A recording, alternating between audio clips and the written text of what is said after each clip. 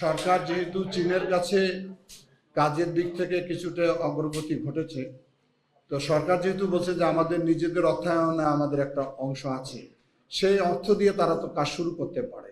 আমরা চাই যে নির্বাচনের পূর্বে নভেম্বরে যদি তারা কাজ শুরু করে তাহলে আমরা আশ্বস্ত হই। তাছাড়া ওই যে আমরা বললাম যে আমরা সিঁদুরে মেঘ দেখলে ভয় পাই, আমাদের দাবি এটাই। আর দাবি জন্য আমরা যেহেতু তিস্তা নদী রক্ষা আন্দোলন দীর্ঘদিন ধরে আন্দোলনে আমরা আছি, আমরা আন্দোলন চালিয়ে যাব।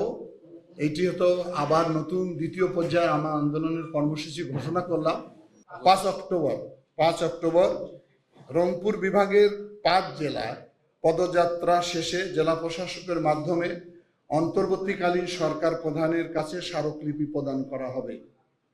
9 অক্টোবর এই 5 জেলার অন্তর্গত সব উপজেলায় গণমিছিল এবং সমাবেশ অনুষ্ঠিত হবে।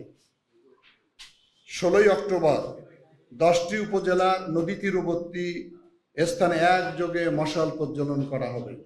পরবর্তীতে যদি সরকার কোনো কারণে গড়িমসি করে তাহলে আমরা নভেম্বর মাসে আরও অনেক লাগাতার কর্মসূচি দেব।